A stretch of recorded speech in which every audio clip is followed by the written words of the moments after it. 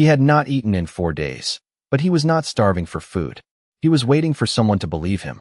The German Shepherd lay beneath the flickering blue sign of the Blue Pines Motor Lodge, just off Highway 64 in eastern Tennessee, where the asphalt still held the day's heat and the night smelled of wet gravel, gasoline, and old cigarette smoke trapped in motel curtains. Rain had fallen hard that afternoon, the kind of rain that turned roadside dust into black paste and made the neon lights bleed across the puddles like something wounded but still glowing. A paper plate sat 6 inches from the dog's front paws. On it was a piece of steak, brought by a trucker who had seen him there before sunrise. Beside it, a foam bowl of water trembled whenever trucks passed on the highway. The dog did not touch either one. He only watched room 12. His ribs showed faintly under a sable coat dulled by weather. His ears stood high, though one bent at the tip from some old injury. Mud clung to his legs. A thin scar crossed the bridge of his nose. But none of that made him look weak. Even exhausted, even hollowed out by hunger, he held himself like a sentry at a post no one had relieved him from. People had tried kindness first. A waitress from the diner across the street brought bacon. A teenage boy left half a cheeseburger near the ice machine. The motel owner set down dry kibble, then cursed softly when the dog ignored it. By the second day, someone called the police. By the third, animal control had come and gone after the shepherd slipped from their loop with one quiet turn of his head, never biting, never bolting, just returning to the cracked sidewalk outside room 12. By the fourth evening, Officer Daniel Price stood under the motel awning with one hand resting near his belt and the other holding a flashlight. He was a broad man in his early 40s, pale-skinned, tired around the eyes, with a jaw that looked like it had been trained to stay clenched. He had seen strays before. He had seen frightened dogs, angry dogs, hungry dogs. This one was none of those things. "Come on, boy," Price said, keeping his voice steady. "You can't stay here." The shepherd did not move. He gave one low sound from deep in his chest, not a threat, not exactly. More like a warning spoken in a language men had forgotten how to hear. Behind Price, the owner of the motel, Frank Bellamy, shifted his weight and folded his arms over a faded flannel shirt. He was 58, white-haired at the temples, with skin the color of old paper and eyes that avoided the room doors whenever anyone looked too closely. "I told you," Frank muttered. "Dog's been causing trouble. Scaring guests. Won't let housekeeping near that unit." Officer Price glanced at the dark window of room 12. The curtains were drawn. The parking space in front of it was empty. A yellow porch bulb buzzed with moths. "You said the room's vacant." "It is." "Then why does he care?" Frank's mouth opened, then closed. Before he could answer, headlights swept into the lot. A dark green pickup rolled slowly past the office and stopped near the far end of the building. The engine cut off. For a moment, nothing happened. Then the driver's door opened, and Staff Sergeant Caleb Walker stepped out into the damp night. He was 37, white, tall in the shoulders, lean from years of discipline that had not left his body even after the uniform had. His close-cropped brown hair was touched with gray near the sides. A worn field jacket hung over a plain t-shirt, and a silver chain with 2 dog tags rested against his chest. He had only stopped because the rain had made the highway slick and the motel sign promised coffee in the office. But then he saw the dog. Caleb did not approach quickly. He stood still beside his truck, watching the set of the shepherd's paws, the angle of his head, the way his body blocked the walkway without wasting movement. Something inside Caleb tightened. Not fear. Recognition. "That's not a stray," he said quietly. Officer Price turned. "You know him?" Caleb shook his head, eyes never leaving the dog. "No, but I know what he's doing." The shepherd's amber eyes shifted toward Caleb. For the first time all evening, his ears softened. Just slightly. Caleb took one step forward, then stopped, letting the dog read him. The night seemed to hold its breath around them. The ice. Machine hummed. Rainwater dripped from the awning in slow, silver threads. Somewhere beyond the highway, a freight train sounded its horn, low and mournful, fading into the hills. Price said, "Animal control says he won't eat. Won't leave. Keeps guarding that door." Caleb looked at room 12. Then he looked at the untouched steak, the water, the dog's trembling legs. His voice dropped to almost nothing. "He's not guarding the door." Frank gave a dry laugh. "Then what's he doing, Marine?" Caleb crouched, careful and slow, until he was level with the shepherd's gaze. The dog did not growl this time. He watched Caleb the way a soldier watches another soldier cross a line of fire. Caleb saw the faint groove around the dog's neck where a working collar had once sat. He saw the clean patch where a tag had been cut away. He saw discipline buried under exhaustion. And beneath all of it, he saw grief held in place by duty. Caleb swallowed against an old ache, the kind that still carried the name of another dog, another mission, another night when he had arrived too late. "He's holding position," Caleb said. Officer Price frowned. "For what?" The shepherd turned his head back toward room 12, his nose lowered to the crack beneath the door. He pressed it there gently, almost tenderly, and let out one thin sound that made every man under the awning go silent. It was not a bark. It was not a whine. It was a plea, worn down to its last breath. Caleb stood slowly, the color draining from his face as he listened. Then, from somewhere inside the locked room, beneath the buzz of the porch light and the distant rush of traffic, came 3 faint taps. Soft, even, deliberate. Officer Price stopped breathing for half a second. Frank Bellamy looked away. Caleb's hand closed around the dog tags at his chest, and the German shepherd, still starving, still shaking, did not look at the food. He looked only at Caleb, as if he had finally found the one person who might understand that food could wait, comfort could wait, even life could wait, when someone behind a locked door was still trying to be found. Caleb did not move toward the door right away. Men who had spent enough years around. Working dogs understood that the first command was not spoken with the mouth. It was spoken with stillness. He stood in the motel walkway with the rain ticking softly from the awning, his eyes on the German shepherd, his hands open at his sides, his breath slow enough for the dog to measure. Ranger, though Caleb did not yet know his name, kept his body low beside room 12, every muscle drawn tight beneath his wet sable coat. The 3 faint taps did not come again. That made the silence worse. Officer Daniel Price lifted his flashlight toward the door, but Caleb raised one hand, not sharply, just enough to stop him. "Give him room," Caleb said. Price looked at him. "You heard that, right?" "I did. Could be Pipes." Caleb's gaze stayed on the dog. "Pipes do not ask for help." Frank Bellamy gave a nervous little laugh from behind them, the kind that had no humor in it. "This place is old. You hear things at night. Plumbing, loose boards, raccoons under the foundation. Folks get dramatic when they are tired." Caleb finally turned his head toward him. His expression was calm, almost gentle, but something in his eyes made Frank look down at the wet concrete. Caleb had heard that tone before. Too many words around a simple thing. Too much air pushed into a room where truth was trying to breathe. He crouched again, slowly, until his boots creaked under him and the dog could see his face clearly. Up close, the shepherd looked even more exhausted.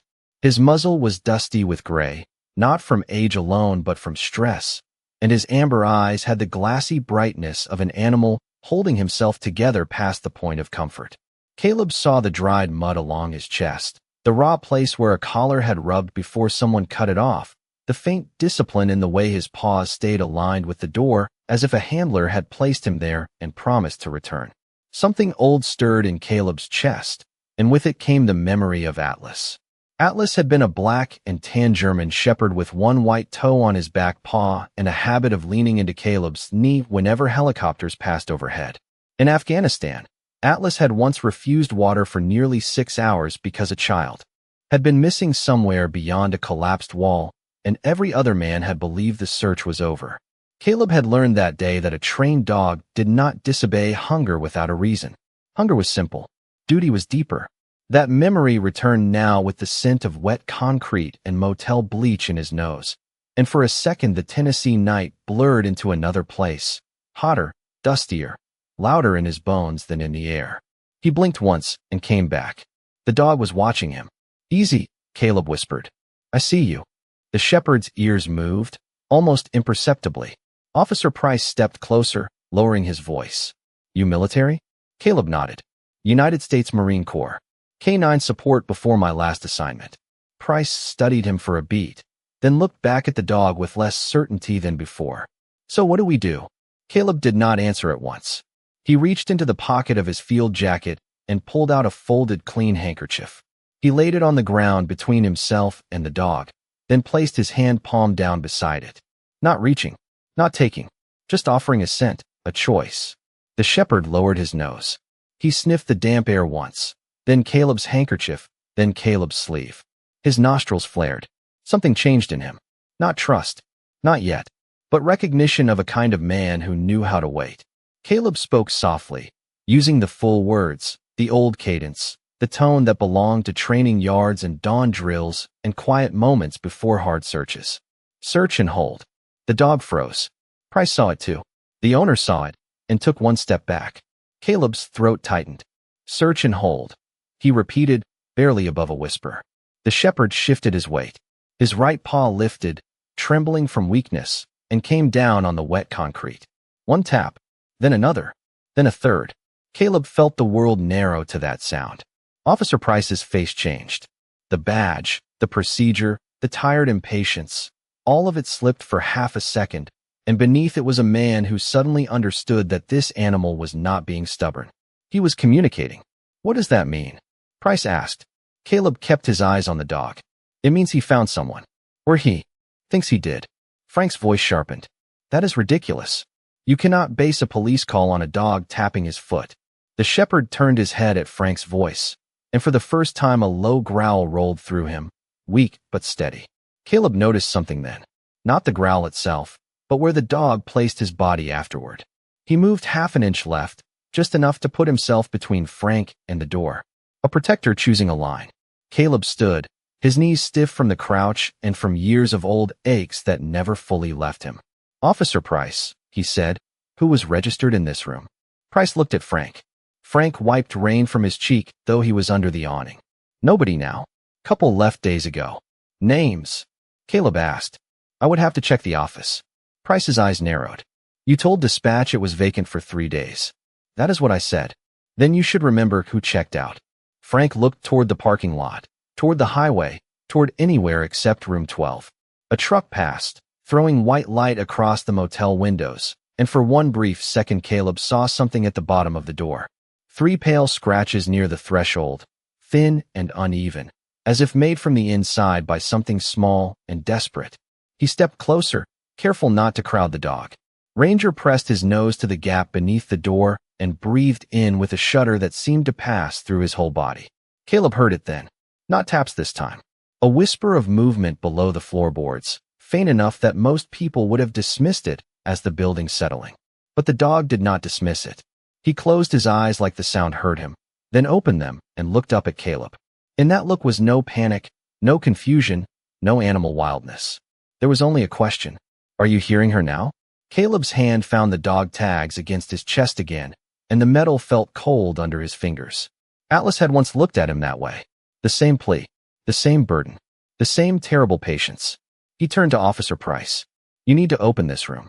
Price exhaled slowly. I need probable cause. The German shepherd gave one more tap with his paw. Then another. Then a third. Price looked from the dog to the scratches under the door, then to Frank Bellamy, whose face had gone pale beneath the motel light. The officer's voice came out quieter than before. Maybe I just found it. Officer Price did not kick the door open. He did not shout. Something about the dog made noise feel wrong. Instead, he walked to his patrol car, spoke into his radio in a low voice, and requested a supervisor, a locksmith, and medical support to stand by. The words sounded official, clean, almost too small for the heaviness gathering under the motel awning. Caleb stayed with the German shepherd, one hand resting near, but not on, the dog's shoulder. Ranger had not given Caleb his name, yet somehow the name seemed to live in the way he stood guard, in the way his eyes kept returning to the door, in the way he refused to let exhaustion fold him to the ground. Frank Bellamy waited near the office window, rubbing his hands together though the night was not cold enough for it. The old motel hummed around them, its yellow bulbs buzzing with moths, its vending machine blinking red, its gutters dripping slow lines of rainwater onto the cracked sidewalk. Behind the drawn curtains of room 12, there was no light, no shadow moving, no sound anyone could prove.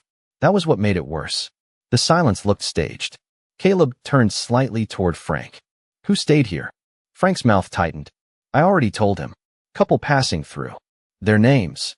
I do not keep every name in my head. Officer Price came back from the cruiser, rain dotting the brim of his hat. Then we will check the register. Frank gave a quick nod, Too quick. Sure. It is in the office. Price looked at Caleb, then at the dog. Stay here. Caleb did not answer. His eyes had found the scratches again, those 3 pale marks near the base of the door. They were not dramatic. They were not the kind of thing that would stop a careless man. But to Caleb they had the shape of last efforts, small signs left by someone who had understood that the world outside was only inches away and still impossible to reach. Ranger lowered himself beside the threshold, chest to concrete. Nose pressed close to the gap. He inhaled once, then let the breath out in a faint shiver. Caleb crouched beside him. You are still working, he whispered. The dog blinked slowly. In that blink, Caleb saw 4 days of rain, headlights, strangers, hunger, and refusal. He saw an animal who had been offered everything except the one thing he needed, belief. The office door opened with a rusty bell, and Price stepped inside with Frank behind him. Through the glass, Caleb could see the room. A counter scarred by cigarette burns, a rack of postcards no one had bought in years, a coffee maker with an orange pot, stained from long use. Frank moved behind the desk and pulled out a thick ledger. His fingers flipped through pages fast enough to look helpful, not fast enough to hide the tremble. Price leaned over the counter. Caleb watched them from the walkway, and Ranger watched the door. A minute passed. Then Price looked up through the office glass, and even at that distance Caleb saw his face harden. The officer came back out holding the ledger open against his palm. Page is missing. Frank followed quickly. Old book.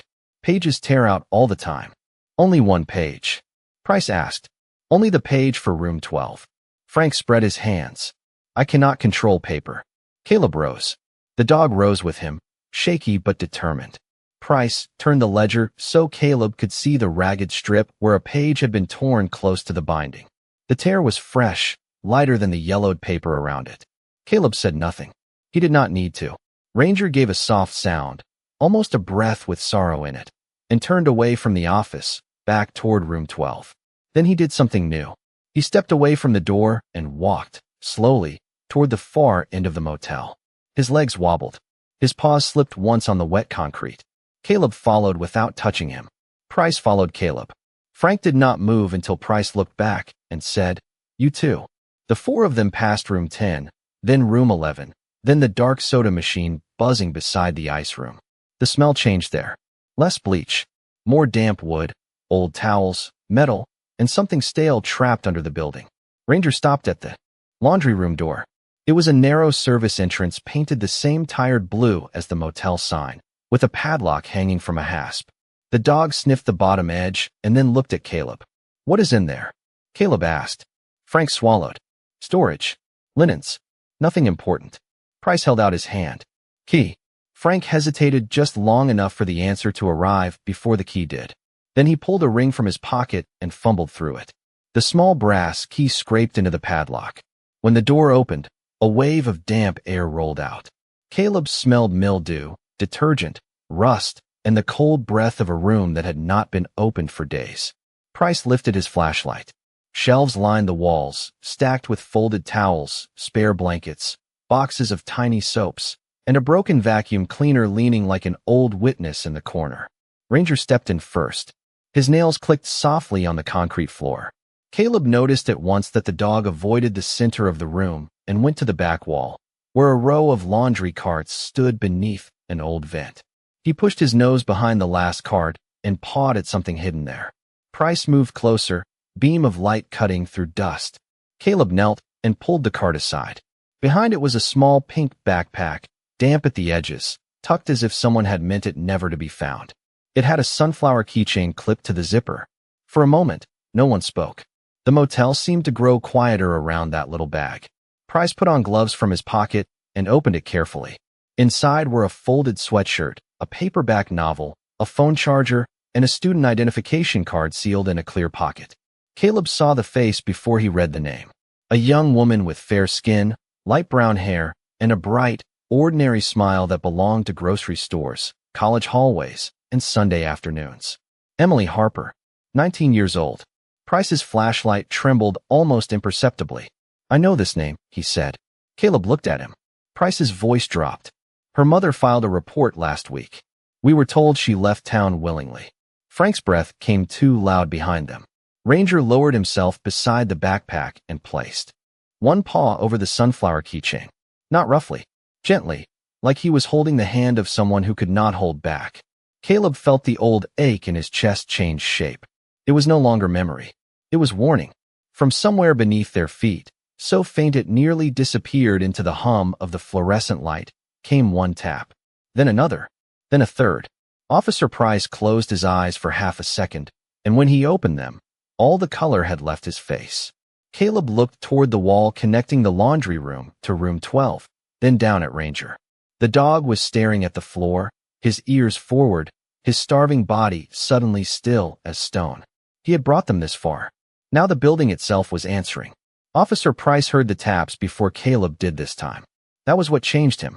Until that moment, he had been moving like a man caught between procedure and instinct, between the caution written into his badge and the strange, quiet certainty written into the dog. But when the sound rose from beneath the laundry room floor, 3 soft taps under concrete and wood, something in his face gave way. He looked no longer like an officer trying to control a scene. He looked like a father standing outside a locked bedroom, hearing a child call from a dream. Caleb saw it and understood. Belief had arrived late, but it had arrived. Ranger stayed low beside the pink backpack, one paw still resting over the sunflower keychain, his breath coming shallow through his nose. The old fluorescent light above them flickered once, turning the room pale and then dim again. Rain whispered against the small service window. Somewhere beyond the thin wall, traffic moved along Highway 64, ordinary people passing by at 55 miles per hour, not knowing that inside a forgotten motel laundry room, a dog had just carried the truth farther than any report had. Price lifted his radio. His voice was steady, but softer now. I need backup to Blue Pines Motor Lodge. Medical team to stage at the front entrance. Possible missing person located on site. Send a supervisor and fire rescue with entry tools. A pause crackled through the speaker. Then dispatch answered, professional and distant. Price kept his eyes on the floor. Yes, priority. Frank Bellamy's hands trembled at his sides. You are making a mistake, he said. That dog has had everybody fooled since he got here. He scratches around, makes noise, gets people worked up. There is nothing under this building except crawl space and old plumbing. Caleb turned toward him slowly. Then you will not mind us checking. Frank's mouth tightened. You need a warrant. Price looked at him, and the look was enough to make the motel owner fall silent. I have a missing person's property hidden in your locked service room, the officer said. I have a torn register page. I have signs of distress near room 12. And I have repeated audible signals from beneath the structure. We are checking. The words were not loud. They did not need to be. Ranger lifted his head when Price said missing person, as if he recognized the weight of the phrase if not the phrase itself. Caleb knelt again and placed 2 fingers near the dog's shoulder. This time Ranger allowed the touch. His fur was cold and damp, but beneath it Caleb felt the tremor of a body running on will alone. You did good, Caleb murmured. Ranger did not look at him. His eyes remained fixed on the floor. Caleb understood. Praise was for after. Rest was for after. Food was for after. There was still someone below them, and until that someone was found, the world could offer Ranger nothing he wanted. Officer Price moved shelves away from the rear wall, while Caleb examined the concrete floor and the baseboards. The laundry room had been patched many times, badly, with plywood strips along one corner and a rubber mat placed over a section near the old vent. Caleb pulled the mat aside. Underneath was a rectangular seam, thin but visible, cut into a wooden access panel painted gray to match the floor. Dust had settled into the lines, but one edge had been disturbed. Recently, Ranger stood with difficulty and came to Caleb's side. His nose touched the seam. Then he lifted one paw and tapped it 3 times. The sound was clearer now. Hollow. Price crouched beside Caleb. That leads under room 12. Caleb studied the wall, the angle, the old construction. Could be a utility crawl space between the units. Frank spoke too quickly. That panel is sealed. Has been for years. Caleb slid his fingers along the edge and found a small screw head bright where the paint had been scratched away. Not years. Price shined his flashlight lower. There were fresh scrape marks beside the screw. Not many. Just enough. In the distance, sirens began to rise, faint at first, then clearer, threading through the rain and highway noise. Ranger heard them and stiffened, but he did not panic. Caleb placed his hand lightly on the dog's back. Easy. Help is coming. The word help seemed to pass through the animal like warmth. He looked up once at Caleb, and for a brief second the Marine saw the dog not as a mystery, not as a sign, but as a living creature who had spent 4 days carrying a burden no one else would pick up. Caleb's chest tightened again, but he kept his voice steady. Officer, do you have a multi-tool? Price handed him one from his belt.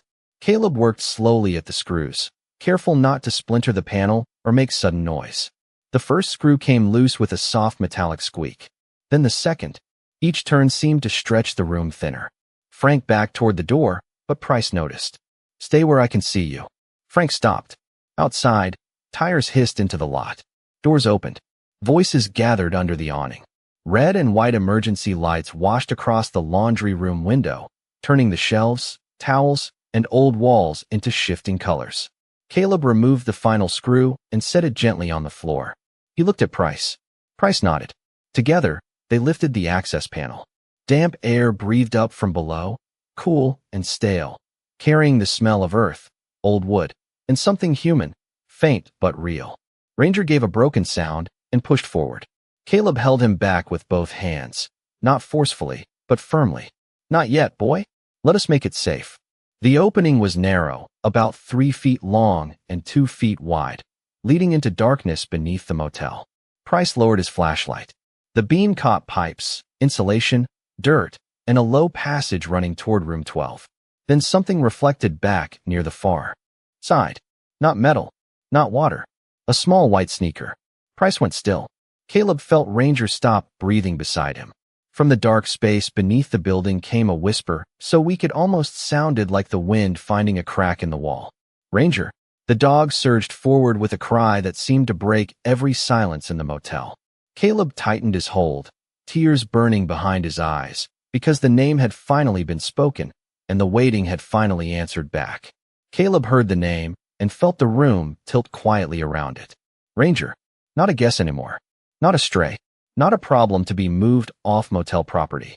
A name meant there had been a hand that once fastened his collar, a voice that once called him home, a life before the rain and the hunger and the 4 nights spent beneath a flickering blue sign. The German shepherd trembled against Caleb's arms, not trying to escape so much as trying to answer. His paws scraped once against the edge of the access opening, and a soft whine broke from him, thin with need. Easy, Ranger, Caleb whispered, finally using the name. The dog went still for half a breath, as if hearing it from a stranger's mouth hurt and healed at the same time. Officer Price dropped to one knee beside the opening and angled his flashlight deeper into the crawl space. The beam shook over old pipes, damp earth, torn insulation, and that small white sneaker near the far wall. Behind them, 2 firefighters entered the laundry room with medical bags and portable lights. Their boots sounded too loud on the concrete, and everyone seemed to lower their voices without being told. There are places where shouting feels like disrespect. This had become one of them. Emily. Price called gently, leaning toward the darkness. Emily Harper, my name is Officer Daniel Price. We are here to help you. For a moment, there was only the hum of the fluorescent light and Ranger's uneven breathing.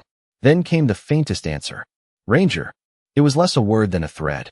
The dog pressed forward again, and Caleb held him close, feeling every rib under the wet fur. She hears you, Caleb said softly. She knows you stayed. One of the firefighters, a woman named Captain Laura Bennett, clipped a light to the edge of the opening and lowered herself carefully enough to look into the narrow space. She was calm, white-haired at the temples, with the steady focus of someone who had crawled into worse places and brought people back from them. It is tight, she said. About 2.5 feet of clearance. She is toward the old utility channel beneath the adjoining unit. We need to go slow. Price nodded, then looked over his shoulder. Where is Bellamy? The question cut the room in half. Frank had been standing near the shelves only seconds earlier. Now the space by the door was empty. A young deputy at the entrance turned sharply and stepped into the rain. Price's jaw tightened, but he did not chase after Frank. Not yet. His eyes went back to the opening. The living came first. Caleb noticed that. So did Ranger. The dog's gaze followed Price for one measured second, and then returned to the dark crawlspace. Something like respect passed between man and animal without either one asking for it. Captain Bennett lowered herself through the access panel with a flashlight in her teeth, and a medical pack passed carefully after her. Another firefighter held a radio at the opening. The room waited. Caleb knelt beside Ranger and loosened his grip just enough to let the dog stretch his neck toward the darkness. "Talk to her," Caleb murmured, though he did not know whether he meant the dog or himself. Ranger gave one soft bark, small and broken, then a low rumble in his throat, the kind of sound a working dog might make when calming someone hidden under rubble, someone frightened, someone trying not to drift away. From below came a tiny sob. "He came back," Emily whispered. Caleb bowed his head. Those 3 words moved through him more sharply than sirens. He came back. That was the whole story of loyalty, carved down to its bone.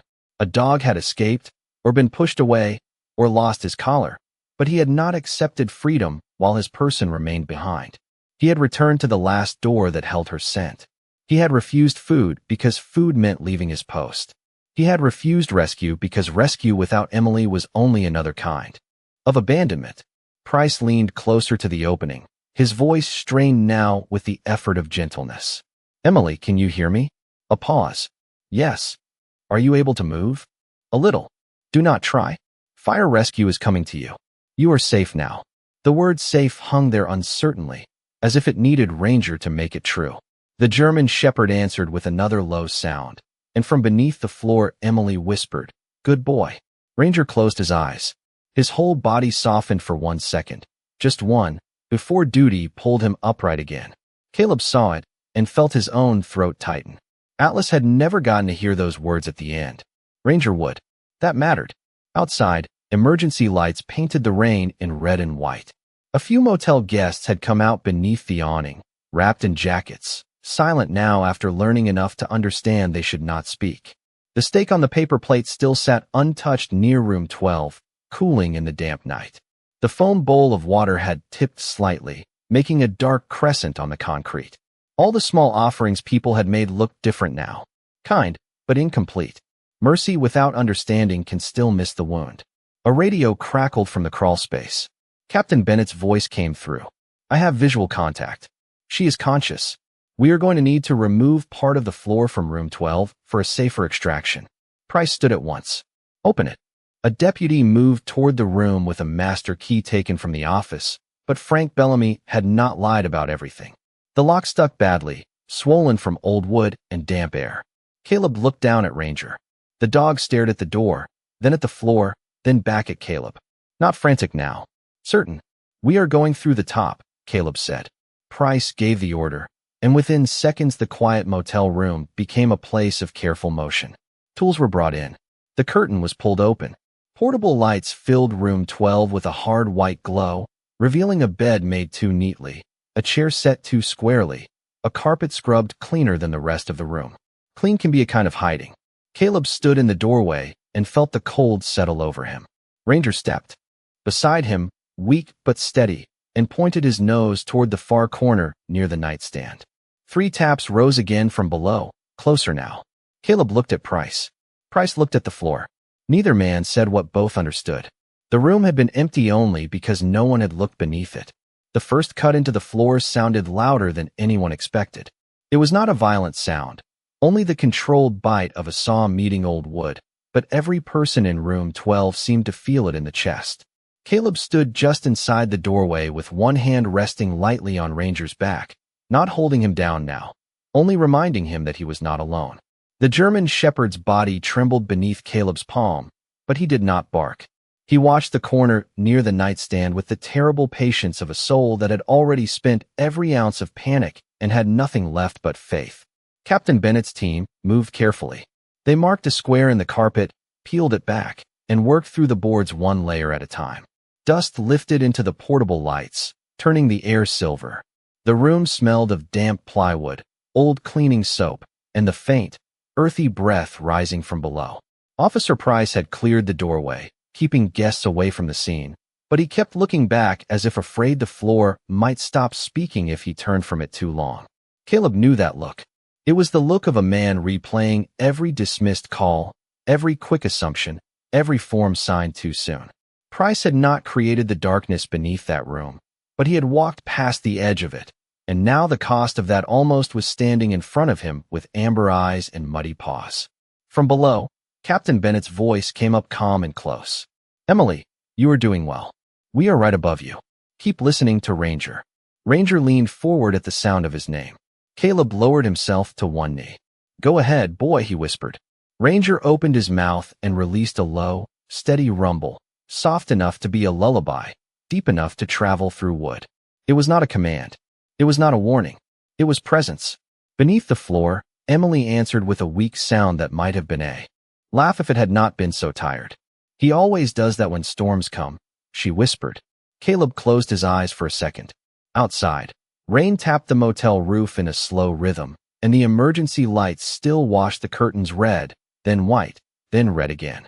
In that flashing light, Caleb could almost see the shape of another room years ago, another dog pressed beside someone afraid, another promise made in the small language between handler and K9. He pushed the memory away gently. This was not Atlas's night. This was Ranger's. A deputy stepped into the room and spoke quietly to Price. Frank Bellamy had been found behind the maintenance shed, sitting on a crate, claiming he had gone to get tools. No one believed him. Price listened, nodded once, and told the deputy to keep him outside with another officer. There would be questions later. There would be reports, statements, timelines, and every hard thing that follows truth when truth finally has witnesses. But Caleb barely heard it. His world had narrowed to the square of floor, the dog under his hand, and the young woman beneath them still holding on to a voice wrapped in fur. One board came free, then another. A firefighter lifted the section away, revealing the dark utility space below. Light poured in. For the first time, Caleb saw Emily Harper clearly. She was curled in the narrow space beneath the room, pale, dusty, and wrapped in an old gray sweatshirt from her backpack. Her light brown hair clung to her face in damp strands. She looked younger than 19. Not broken, not ruined, just terribly tired, like someone who had been waiting on the far side of a wall while the world kept driving past. Captain Bennett was beside her from the crawl space, one gloved hand near Emily's shoulder, speaking softly, keeping her still until they could lift her safely. Emily's eyes did not go first to the lights, or the uniforms, or the open ceiling above her. They went to Ranger. The dog made a sound that seemed to come from a place older than training. Caleb loosened his hand. Ranger stepped forward, slow, unsteady, and lowered his head toward the opening. He could not reach her, not yet, but Emily lifted too. Fingers through the gap between the boards. Ranger stretched his nose down until it touched them. The room went silent. Even the saw was off now. Even Price stopped moving. Emily whispered, "You waited." Ranger closed his eyes. Caleb looked away for half a second because some moments are too holy to stare at directly. Officer Price removed his hat. He held it against his chest without seeming to notice he had done it. The firefighters prepared a soft harness and a narrow backboard, moving with the kind of care that turned procedure into tenderness. Captain Bennett kept speaking to Emily, telling her each step before it happened. No sudden motion, no fear added to fear. Ranger remained at the edge, nose pointed down, breathing in rhythm with the girl below, as if giving her his own steadiness. When they lifted her, the whole motel seemed to hold its breath. Emily rose slowly through the opened floor, wrapped in a thermal blanket, her face turned toward the dog. The moment she was clear, Ranger tried to stand tall, but his legs gave slightly.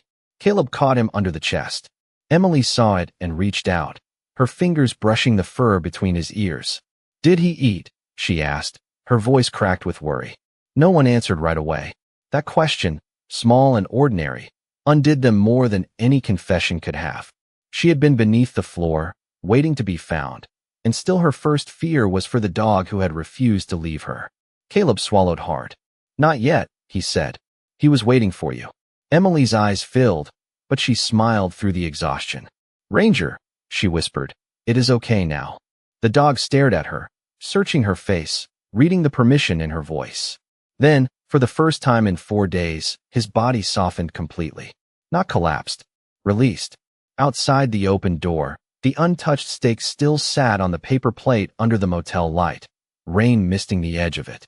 Caleb looked from the food to Emily, then down at Ranger. The dog did not move toward the plate. Not yet. He only rested his head against Emily's hand, because the hunger that had driven him was not in his stomach. It had been in his promise.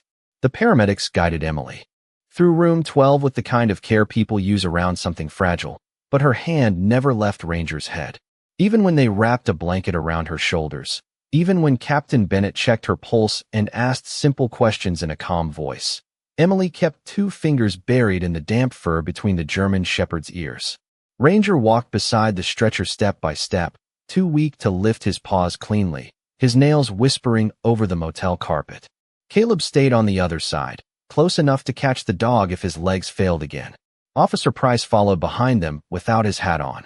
He held it in both hands now, like a man walking into church after arriving late. Outside, the rain had thinned to a mist. Emergency lights pulsed across the Blue Pines Motor Lodge, turning the puddles red and white, as if the whole parking lot had become a slow heartbeat. Guests stood under the awning in silence. The waitress from the diner across the street had come over with a towel in her hands, but she stopped when she saw Emily and pressed it against her own chest instead. No one asked questions. Not yet. Some truths enter a room quietly and make everyone lower their voices. At the edge of the walkway, Frank Bellamy sat near the maintenance shed with a deputy beside him. His face looked smaller under the lights. Older, drained of the ordinary confidence men wear when they think no one will check the floorboards. Emily saw him and stiffened. Ranger felt it before Caleb did.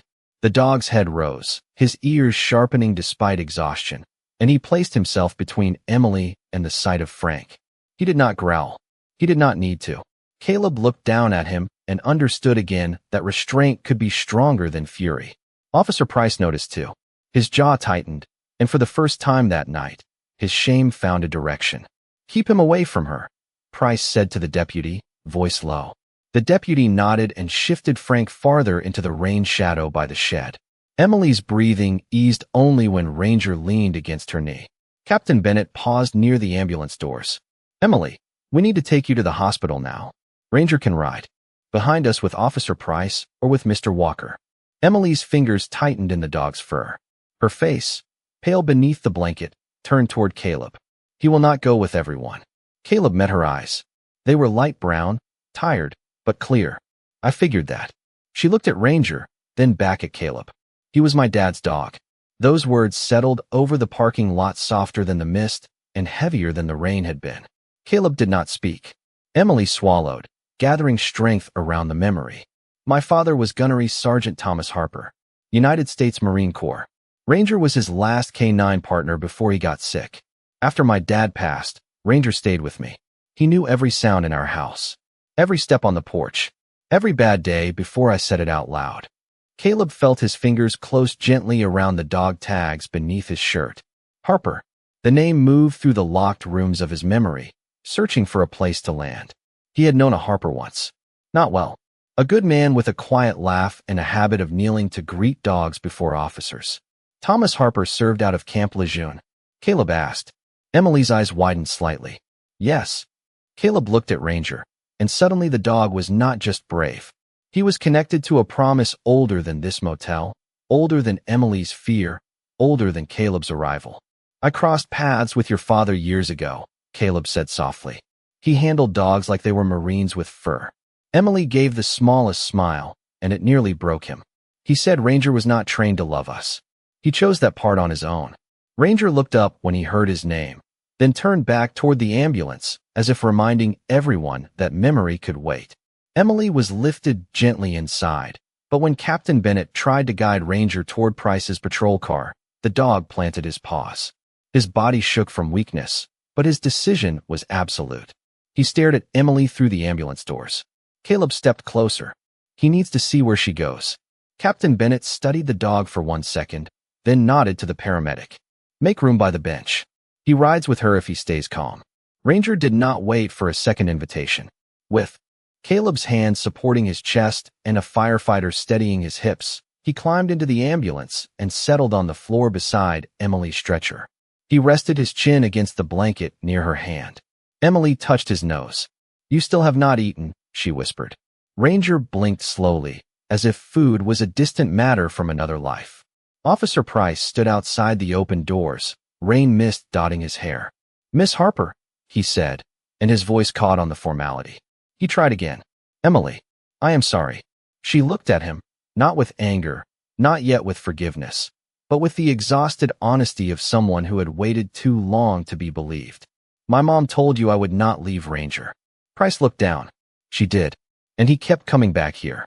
"He did. Then why did nobody listen?" The question did not rise. It did not accuse loudly. That was why it landed so hard. Price had no answer big enough to hide behind. Around them, rain tapped on the ambulance roof, and Highway 64 murmured beyond the motel sign. Caleb watched the officer stand there beneath the red and white lights, stripped of every easy explanation. After a moment, Price put his hat back on, not as armor this time, but as responsibility. "Because we thought we knew better than the ones who loved you," he said quietly. "And we were wrong." Emily closed her eyes. Ranger gave one low breath against her hand. The ambulance doors began to close, but Caleb stepped back only after Ranger looked at him once. It was not a plea now. It was recognition. A Marine had heard him. A promise had been carried. As the ambulance pulled out of the lot, Ranger's face remained visible through the small rear window, his amber eyes fixed on Caleb until the lights blurred into the wet road. Officer Price stood beside Caleb in the mist, watching it go. Neither man spoke for a long time. Then Price turned toward room 12, toward the torn floor and the hidden space beneath it. "That dog silenced every badge here tonight," he said. Caleb looked at the empty paper plate, still waiting under the awning. "No," he answered softly. He taught them how to listen. By the time Caleb returned to the Blue Pines Motor Lodge from the county hospital, the rain had stopped, and the world looked newly washed but not yet clean. Dawn had not fully broken. A thin gray light rested on the highway, on the rows of dripping motel doors, on the orange cones now standing outside room 12 like small warnings. The emergency vehicles were fewer, but the silence they left behind felt larger. Yellow tape crossed the walkway. A county investigator moved carefully in and out of the room with a camera. Officer Price stood near the office window, reading a notebook under the weak glow of the porch light. He had been there all night. His uniform was damp at the shoulders. His eyes looked older. Caleb carried a paper cup of hospital coffee that had gone cold 20 minutes earlier. He had followed the ambulance long enough to see Emily admitted, examined, warmed, and placed in a quiet room with Ranger curled beside the bed after the nurses made an exception no one had the heart to challenge. Ranger had finally taken water from Emily's hand. Not much, just enough to prove his body remembered how to accept care now that his mission was done. Food had come later. A few small bites of plain chicken from a nurse who cried while pretending not to. Caleb had watched the dog chew slowly, not with hunger's desperation, but with permission. That was the word that stayed with him. Permission. Some souls cannot rest until the person they love tells them they may. Price looked up when Caleb approached. "She is stable?" Caleb nodded. "Tired. Dehydrated. Scared. But talking." Price shut his notebook. "And Ranger?" For the first time since the night began, Caleb almost smiled. "Still watching the door?" "Different door." Price exhaled, and the breath carried a weight he had been holding too long. "Of course he is." They stood side by side facing room 12. The motel looked smaller in daylight, less ominous, more pathetic. Peeling paint, sagging gutters, a vacancy sign with one broken letter. Evil rarely needed thunder. Sometimes it hid in bad paperwork, in unlocked back rooms, in men who learned that the world stopped asking questions after midnight. Price rubbed his thumb along the edge of his badge. "We found the missing page in Bellamy's office safe," he said. Emily's name was on it. So was another name. Adult male. Not family. "We are confirming details before we say more." Caleb listened without asking for the parts that did not belong to him. The story would unfold through proper channels now. Law would do what law was meant to do. But the first witness had been a starving dog, and no report would ever make that sound ordinary. Price continued, voice low. "Gas station camera across the road shows Emily arriving with that man 6 nights ago. She goes into room 12. He leaves later in a different jacket. Bellamy tells my deputy she checked out alone, but there is no video of her leaving. Ranger shows up before sunrise the next morning." Caleb looked toward the cracked sidewalk where the steak had been. Someone had thrown the paper plate away. The dark crescent of spilled water had dried into the concrete. Ranger knew she was still here, he said. Price nodded. Her mother said the same thing from day one. She said Emily would never abandon that dog. She said Ranger would never wander unless something was wrong. His voice roughened. I wrote it down. Then I let the file sit while we waited for more evidence. Caleb did not soften the silence. Some silences are not punishment. They are mirrors. Price accepted it, staring at room 12 until the first amber edge of sunrise touched the window glass. I keep thinking about those 3 taps, he said. She told us at the hospital her father taught her that when she was a kid. 3 taps if she was scared and could not speak. He taught Ranger to respond to it as a game. Find the sound. Stay with the person. Do not leave until help comes. Caleb felt a chill move through him that had nothing to do with the morning air. Thomas Harper had trained a simple family signal, maybe never imagining it would become the thin bridge between his daughter and the living world. A father's lesson, a dog's memory, a marine's old command. 3 small sounds traveling through wood, through hunger, through disbelief. Your father was still helping her, Caleb said quietly. Price turned to him. Caleb kept his eyes on the room. Maybe not the way people expect, but a good man leaves instructions in the love he gives. Sometimes they outlive him. Price did not answer. His eyes had filled, though he held the tears where men like him often did, behind the jaw, behind the breath, behind the badge. A deputy came from the office carrying a small plastic evidence bag. Inside was a torn strip of leather with a metal ring still attached. Caleb saw it and stepped closer. Is that his collar? Part of it, the deputy said. Found in the trash behind the office. Price took the bag and held it out for Caleb to see. The leather was dark brown, scratched, weathered, and cut unevenly. A small brass tag hung from the ring, scraped but readable beneath the clear plastic. Ranger. Below the name was a phone number and 2 initials. T.H. Caleb's throat tightened. For 4 days, the dog had no tag, no proof, no voice humans would honor. But he still had his training.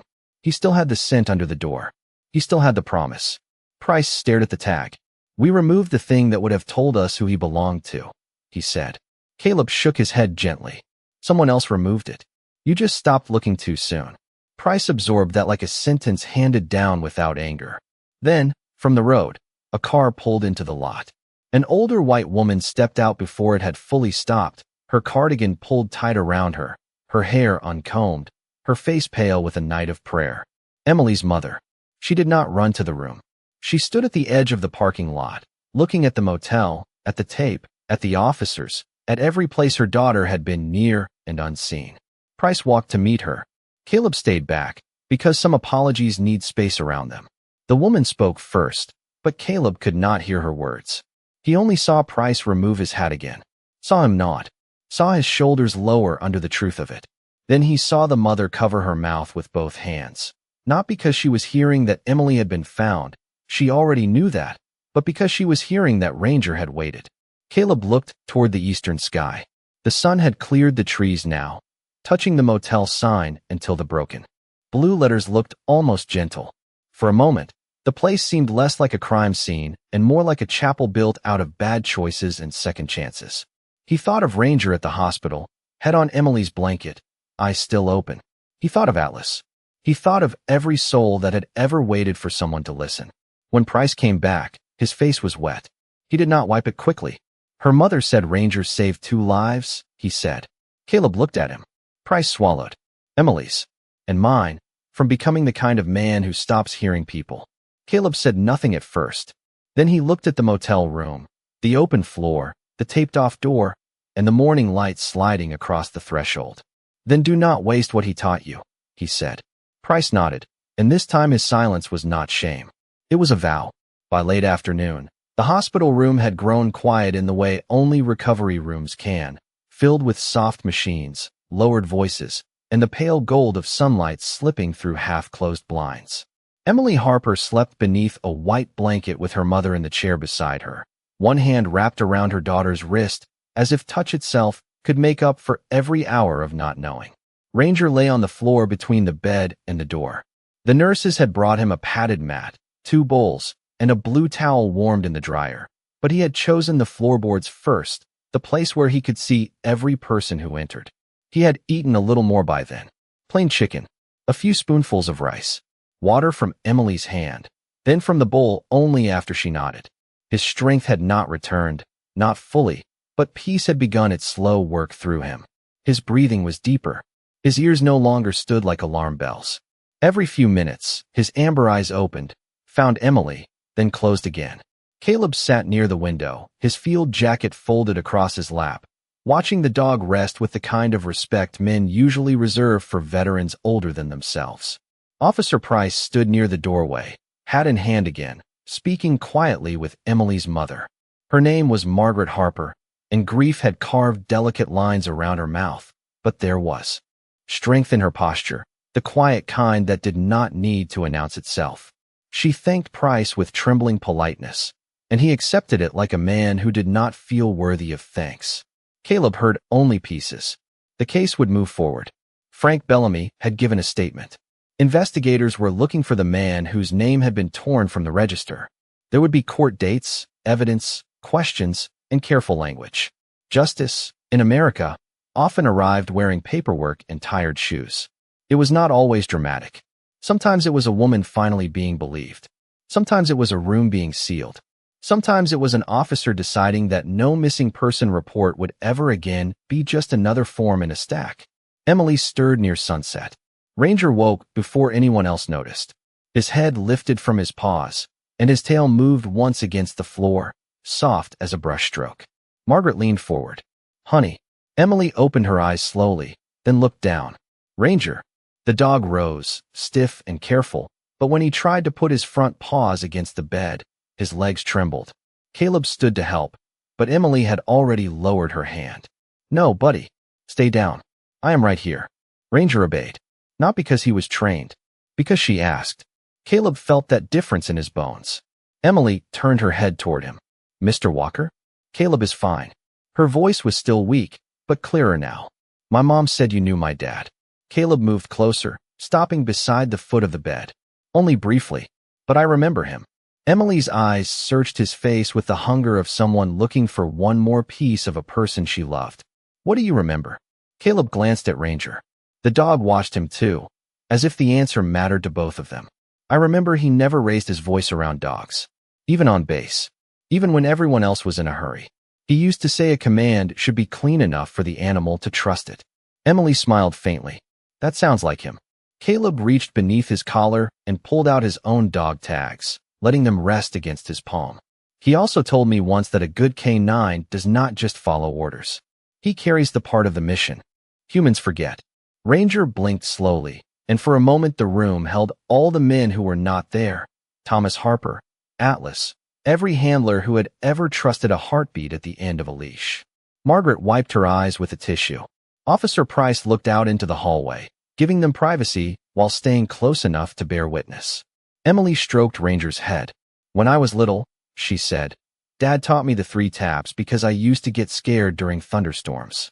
He told me if I could not call out, I could tap. He said Ranger would always find the sound." Her fingers paused in the dog's fur. "I thought maybe Ranger had forgotten." Caleb looked at the German shepherd, at the scars along his nose, at the body still thin from refusing comfort, at the eyes that had outlasted disbelief. He remembered everything. Emily's mouth trembled, but she did not cry. Not then. Sometimes tears wait until the body feels safe enough to release them. "I heard him outside the room," she whispered. "At night. He would scratch once, then stop, like he was telling me he was there. I tapped when I could. I thought nobody else would ever hear it." Price turned from the hallway. His face had changed since the motel. The hardness was not gone, but it had been humbled into something useful. "I heard it," he said quietly, "and I should have heard it sooner." Emily looked at him. For a moment, there was only the low hum of the hospital air conditioner and Ranger's slow breathing. Then she gave a small nod. It was not forgiveness wrapped in a bow. It was not a clean ending. It was only a door left unlocked for the future. Price accepted it like a gift too heavy to carry carelessly. A nurse entered with a small tray and smiled when Ranger lifted his head. "Doctor said he can have a little more chicken if he keeps it down." Emily's eyes softened. "Can I give it to him?" The nurse handed her the bowl. Caleb helped raise the bed slightly while Margaret supported her daughter's arm. Ranger sat at once, formal and patient, though his tail betrayed him with one hopeful sweep. Emily picked up the first piece of chicken and held it out. Ranger sniffed it, then looked at her face. She nodded. You can rest now. He took it gently. No one spoke. That small bite became the moment all the badges, sirens, reports, and flashing lights had been moving toward. Not the arrest. Not the discovery. This. A starving dog finally eating because the person he loved was safe enough to give him permission. Caleb looked away toward the window.